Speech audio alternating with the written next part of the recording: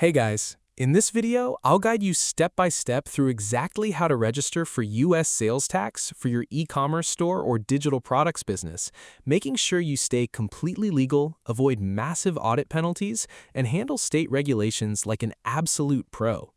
Navigating American sales tax can feel overwhelming because the United States does not have a single federal sales tax or national VAT system.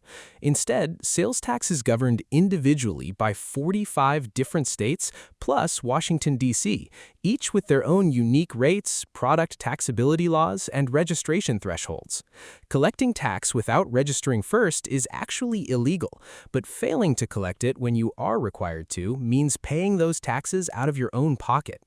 Today, we are breaking down the exact step-by-step roadmap so you can master your sales tax obligations seamlessly. Let us start with Phase 1, determining where you actually have a legal obligation to register, which in the tax world is known as establishing nexus. You can trigger nexus in two primary ways: physical nexus and economic nexus. Physical nexus is simple. If you have an office, an employee, a warehouse, or inventory stored in a fulfillment center like Amazon FBA in a specific state, you automatically have physical nexus there and must register regardless of your sales volume. Economic nexus, on the other hand, applies to remote sellers with zero physical presence.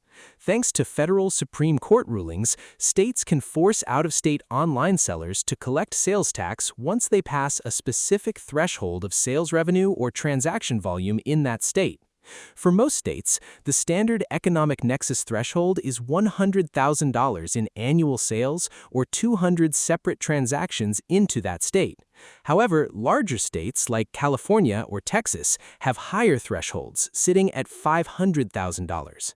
Monitor your store's analytics monthly, and the second you cross a state's threshold, you must initiate registration. Now let's move to Phase 2, understanding product taxability, especially for digital products. Physical goods are almost universally taxable across all states, unless explicitly exempt. However, if you sell digital goods, like downloadable software, SaaS subscriptions, ebooks, online courses, or digital artwork, states vary wildly. States like Texas, New York, and Washington classify digital products as fully taxable. Meanwhile, states like California or Florida generally do not tax standard non-pre-written digital downloads unless they are delivered on physical media. Before applying for a permit in any state, check their Department of Revenue portal to confirm whether your specific digital or physical product is classified as taxable in that jurisdiction. That brings us directly to Phase 3, executing the actual sales tax registration process. Before you log on to any government site, gather your core corporate details: your official LLC or business legal name, your physical home or business address, your Federal Employer Identification Number, EIN, your North American Industry Classification Code, NAICS, and your estimated annual sales volume. You have two main paths to register. Path 1 is registering state by state. You simply go directly to the official website for that state's Department of Revenue or Taxation portal, create a business account, fill out the online sales tax permit application, and submit.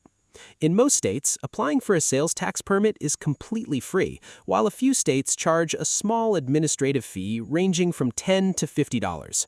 Path 2 is using the Streamlined Sales Tax Registration System, or SSRS.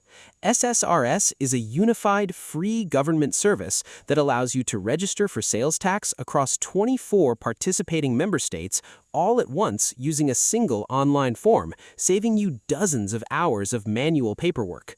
Finally, Phase 4 is post-registration setup and ongoing compliance. Once your registration is approved, the state will issue your official sales tax permit along with a dedicated tax identification number and an assigned filing frequency, which will be monthly, quarterly, or annually depending on your sales volume. Take your new sales tax ID and plug it directly into your e-commerce platform, whether you use Shopify, WooCommerce, Stripe, or custom software. Enable automated origin or destination-based tax calculations in your checkout settings, so the exact correct tax rate is collected from your customer at the moment of purchase. Remember, if you sell through marketplace facilitators like Amazon, Etsy, or eBay, those platforms automatically collect and remit sales tax on your behalf in almost every state. But for sales coming directly through your independent website, you are fully responsible. Track your Nexus thresholds, register through the state portals or SSRS, configure your shopping cart, and submit your tax filings on time to keep your e-commerce business fully protected. Subscribe for more.